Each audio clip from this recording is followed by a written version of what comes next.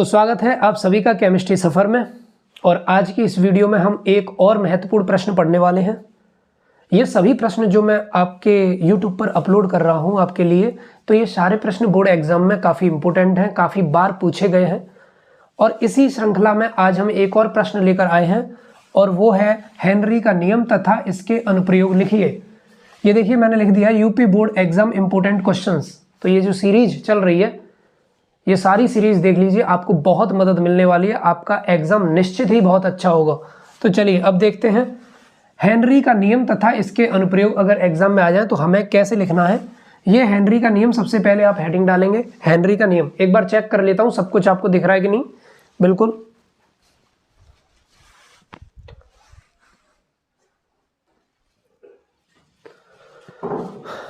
बिल्कुल आपको साफ दिखाई दे रहा है। तो अब देखिए आपको क्या लिखना है हेनरी के नियम में।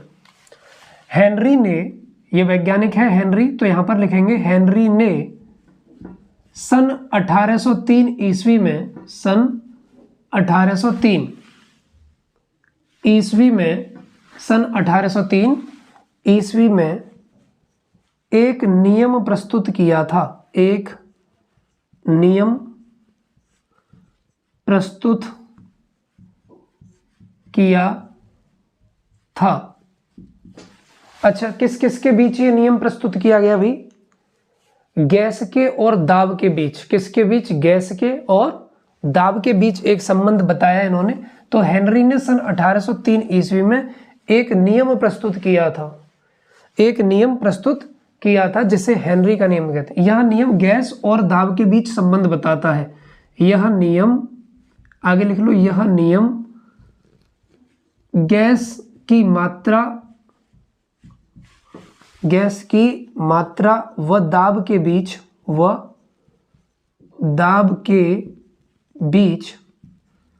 संबंध बताता है। संबंध बताता है। साफ दिखाई दे रहा है? कोई दिक्कत तो नहीं है? एक बार देख लीजिए, मैं भी चेक कर लेता हूं। हाँ, कोई दिक्कत नहीं है। तो देखिए मैंने लिखा है हेनरी ने सन 1803 ईस्वी में एक नियम प्रस्तुत किया था और यह नियम गैस की मात्रा व दाब के बीच संबंध बताता है। इस नियम के अनुसार, मैंने यहां पर क्या लिखा? इस नियम के अनुसार, अब भाई बोर्ड एग्जाम में अगर ये क्वेश्चन आ जाएगा तो आपको ऐसे ही करके आना जैसे मैं लिख रहा हूं। कॉपी पेन ले लीजिए और चैनल अभी नए हो, सब्सक्राइब नहीं किया तो चैनल को सब्सक्राइब कर लीजिए सबसे पहले। और देखिए सारे नोटिफिकेशन आएंगे आपके पास, नोटिफिकेशन वाला ऑप्शन आता है, उसे क्लिक कर देना। जो भी मैं वीडियो अपलोड करूंगा तो तुरंत तुम्हारे पास नोटिफिकेशन आएगा। अपने दोस्तों को बता दीजिए कि हिंदी मीडियम वाले बच्चे बहुत ही सरल भाषा में बिल्कुल आपको फ्री में ये क्लासेस प्रोवाइड की जा रही हैं। तो ये सारी क्लासेस आपके बोर्ड एग्जाम के लिए काफ़ी इंपॉर्टेंट है।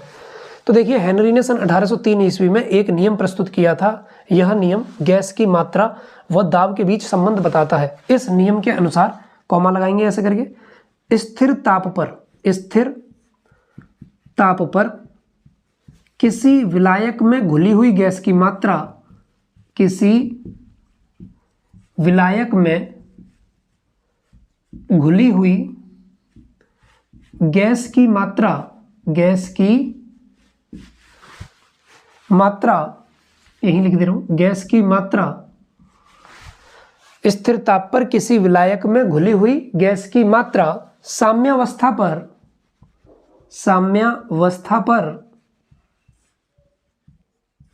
उस गैस द्वारा लगाए गए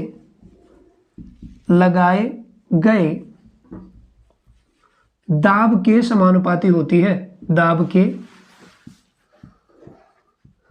समानुपाती होती है। इसे आप कोष्ठक को बंद कर देंगे।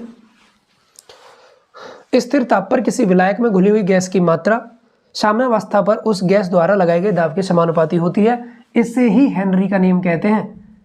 इससे ही हेनरी का नियम कहते हैं। इसे ही हेनरी का नियम कहते हैं। देखिए हेनरी क्या कहना चाह रहा है, मैं आपको अपनी भाषा में समझा रहा हूं। ये कहना चाह रहे हैं जैसे आप मान के चलिए परफ्यूम है, अब परफ्यूम आप ऐसे करके, परफ्यूम के अंदर गैस भी है, लिक्विड भी है, ऊपर से आप प्रेशर भी लगा रहे हैं, मतलब दाब भी लग रहा है, उसके अंदर गैस भी है, तो कहीं ना कहीं एक संबंध है दाब के बीच में और गैस के बीच में। जैसे आपने सोडा बोतल का ढक्कन खोला है, तेजी से ऐसे करके ढक्कन खोला है, तो आपने दाब भी लगाया है, उसमें से गैस भी निकली है बुदबुदाहट के साथ, तो ये भी कहीं ना कहीं एक आपका संबंध है किसके बीच में, गैस के बीच में और दाब के बीच में।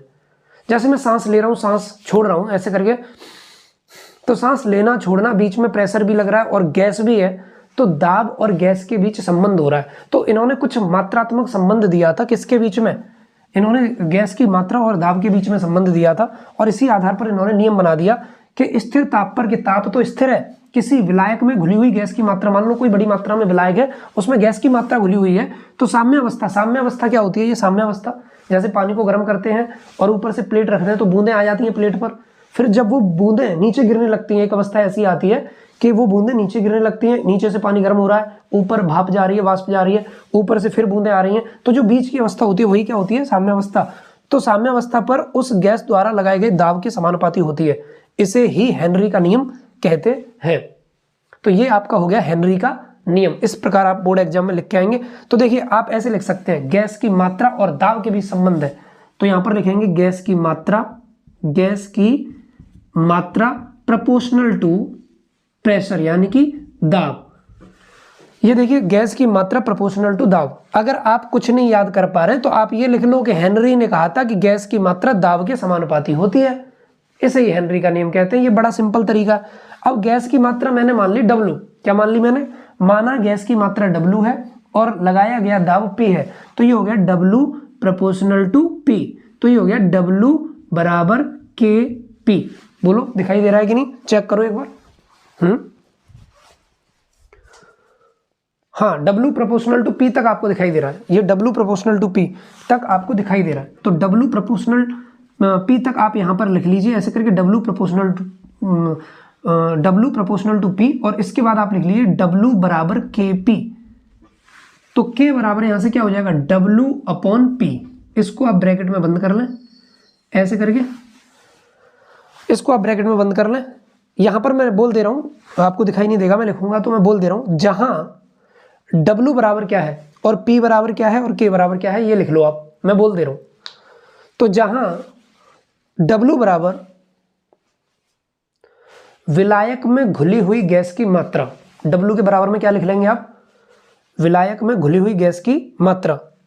P बराबर लिख लेंगे साम्यावस्था पर गैस द्वारा लगाया गया दाब। P बराबर क्या लिखेंगे, साम्यावस्था पर गैस द्वारा लगाया गया दाब। K बराबर लिख लेंगे आप नियतांक, एक कांस्टेंट वैल्यू हमने क्या मान लिया, K। पहले इतना लिख लीजिए, स्क्रीनशॉट लिख लीजिए, अभी खत्म नहीं हुआ है, आगे और भी लिखाऊंगा, तो पहले इसका स्क्रीनशॉट लीजिए, ठीक है।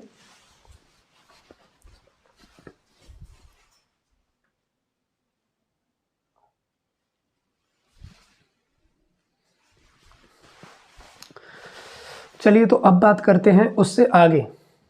अभी हेनरी का नियम खत्म नहीं हुआ है, अभी आगे और लिखना है हमें, उससे आगे और लिखना है। K बराबर W अपन P तक हमने लिख लिया, अब उसके बाद क्या लिखेंगे, नोट करके लिखेंगे, किसी गैस की विलेयता को, किसी गैस की विलेयता को, किसी गैस की विलेयता को मोल प्रभाज में प्रदर्शित करते हैं,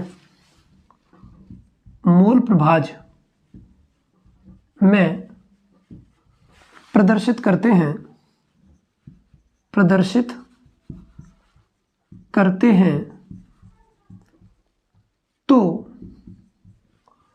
हेनरी के नियम से, तो हेनरी के नियम से, तो देखिए उसी नियम में एक और बात कह दी, अगर हम विलेयता को मोल प्रभाज में प्रदर्शित करेंगे तो हमने क्या कह दिया, तो हेनरी के नियम से स्थिर ताप पर किसी गैस का आंशिक दाब, किसी गैस का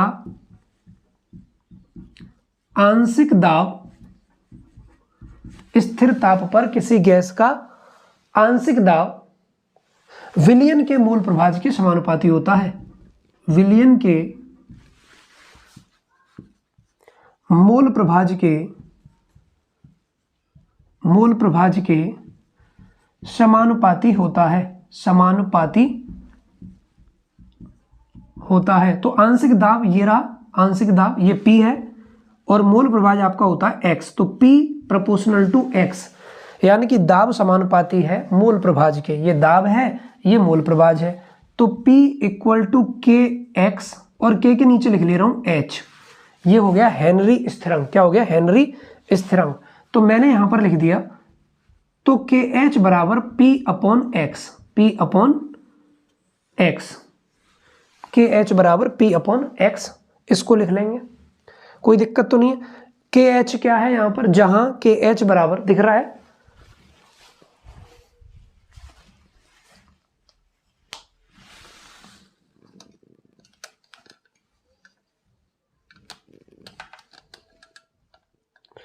एक मिनट में सेट कर रहा हूं, हाँ अब ठीक है, दिख रहा है आपको। तो आप यहां पर लिख लेंगे जहां क्या चीज? P बराबर गैस का आंशिक दाब, गैस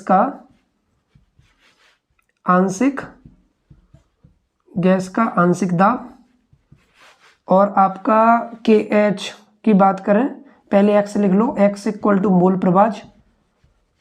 प्रभाज, और अगर KH की बात करें तो ये हो गया आपका हेनरी स्थिरांक। क्या हो गया? हेनरी स्थिरांक, ये आपका हेनरी स्थिरांक हो गया। तो इतना लिख लेंगे। इसके बाद अगर आप चाहें तो ये ग्राफ भी बना सकते हैं, ये वाला ग्राफ बना के आएंगे भाई, एग्जाम में आपको ग्राफ भी बना के आना है। इसे X अक्ष मान लीजिए, इसे Y अक्ष मान लीजिए, ये दाब हो गया और यहाँ पर मूल प्रभाज लिख दो। ये यहाँ पर हम लिखेंगे मूल प्रभाज, नीचे वाली लाइन पर X अक्ष पर यहाँ पर हम लिखेंगे गैस का आंशिक दाब। तो यहाँ पर मैं लिख दे रहा हूँ आंशिक दाब, जो भी दाब है वो यहाँ पर लिख दिया मैंने, ये मूल प्रभाज मैंने यहाँ पर लिख दिया। इसके बीचों बीच से एक लाइन करेंगे ऐसे करके और उस पर 3 बिंदु लगा दीजिए, 1 2 3, थोड़ी थोड़ी दूरी पर 3 बिंदु लगा दीजिए। तो देखिए हेनरी का समानुपाती बता रहा है कि दाब जो है मूल प्रभाज के समानुपाती है, ये दाब है, ये मूल प्रभाज है। तो इसका मतलब ये है कि जितना आंशिक दाब होगा उतना ही मूल प्रभाज होगा। अगर ये बढ़ गया, देखो पहले इतना था अब ये बढ़ गया, तो ये भी बढ़ जाएगा, यही तो है समानुपाती का मतलब। अब जैसे ये और ज्यादा हो गया, देखो और ज्यादा हो गया, तो ये भी और ज्यादा हो जाएगा।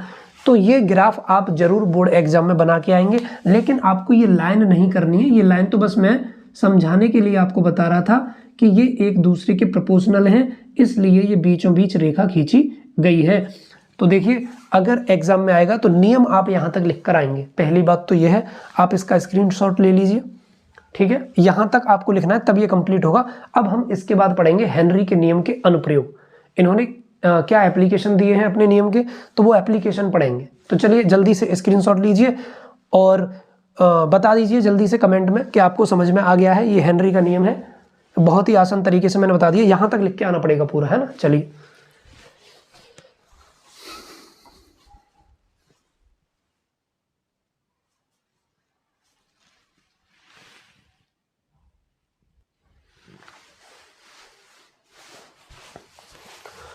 तो चलिए अब बात करते हैं हेनरी के नियम के एप्लीकेशन क्या है, अनुप्रयोग क्या है। तो मैंने हेडिंग यहां पर डाल दी है, हेनरी के नियम के अनुप्रयोग, यानी कि एप्लीकेशंस ऑफ हेनरीज लॉ। तो हेनरी के नियम के अनुप्रयोग क्या है? उन्होंने गैस और दाब के बीच संबंध बताया, गैस के और दाब के बीच संबंध बताया। तो पहला अनुप्रयोग क्या है हेनरी के नियम का? फेफड़ों से रक्त में, क्या है पहला अनुप्रयोग? देखिए मैं यहां पर बोलूंगा, फेफड़ों से रक्त में O2 और CO2 का आदान प्रदान, O2 व CO2 का आदान प्रदान, मतलब ऑक्सीजन लेना, कार्बन डाइऑक्साइड छोड़ना, बीच में प्रेशर भी पड़ रहा है। तो फेफड़ों से रक्त में O2 और CO2 का आदान प्रदान हेनरी के नियम पर ही आधारित है, हेनरी के नियम पर ही आधारित है। ये आप बोर्ड एग्जाम में लिख के आएंगे, हेनरी के नियम पर ही आधारित है, आधारित है। देखिए पहली चीज, रक्त, फेफड़ों से रक्त में O2 और CO2 का आदान प्रदान हेनरी के नियम पर ही आधारित है। दूसरी चीज क्या है? सोडा बोतल का ढक्कन खोलते समय, मैंने बताया था सोडा बोतल का ढक्कन खोलते समय, ढक्कन खोलते समय उसमें से तेजी से बुदबुदाहट के साथ CO2 गैस बाहर निकलती है, CO2 गैस बाहर निकलती है। तो ये भी हेनरी के नियम पर ही आधारित है, निकलती है। देखिए तीसरी चीज, ये पहला नियम हो गया फेफड़ों से रक्त में O2 और CO2 का आदान प्रदान। दूसरा हो गया सोडा बोतल का ढक्कन खोलते समय उसमें से तेजी से बुदबुदाहट के साथ CO2 गैस बाहर निकलती है। तो कहीं ना कहीं गैस और दाब के बीच संबंध है। अब जो लोग ज्यादा ऊंचाई पर रहते हैं, मान के चलो पहाड़ों पे रह रहे हैं, बहुत ऊंचे पे रह रहे हैं, तो जैसे जैसे हम ऊपर जाते हैं तो ऑक्सीजन की कमी होती है। अगर ऑक्सीजन की कमी नहीं होती तो हम तो ऊपर रह रहे होते, फिर जमीन पे क्या आदमी आसमान में रह रहा होता। तो इसका मतलब जैसे जैसे आप ऊपर जाओगे तो ऑक्सीजन का स्तर कम होगा। तो जो लोग अधिक ऊंचाई पर रहते हैं उन्हें कम सोचने की बीमारी हो जाती है, वो सोचने की क्षमता उनकी स्पष्ट नहीं होती, मतलब वो ठीक प्रकार से सोच नहीं पाते हैं, उन्हें एक बीमारी हो जाती है जिसे कहते हैं एनोक्सिया। तो हम कहते हैं अधिक ऊंचाई पर रहने वाले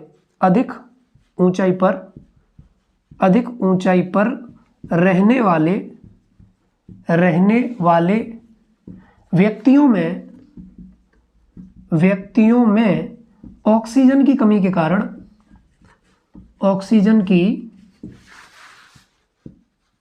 के कारण एनोक्सिया नामक बीमारी हो जाती है, एनोक्सिया नामक रोग हो जाता है,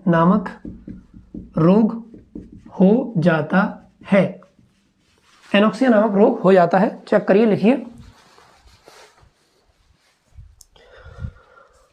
हाँ, तो एनोक्सिया नामक रोग हो जाता है।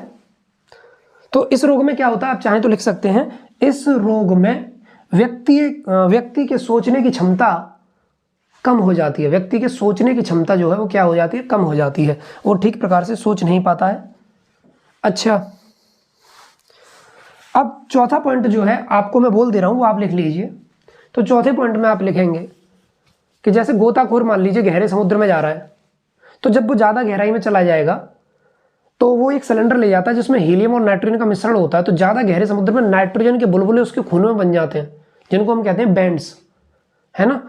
तो अधिक दाब महसूस करता है वो जब वो अंदर जाता है। तो मैं ये वाला पॉइंट लिखा रहा हूं, आप लिखेंगे गोताखोर गहरे समुद्र में,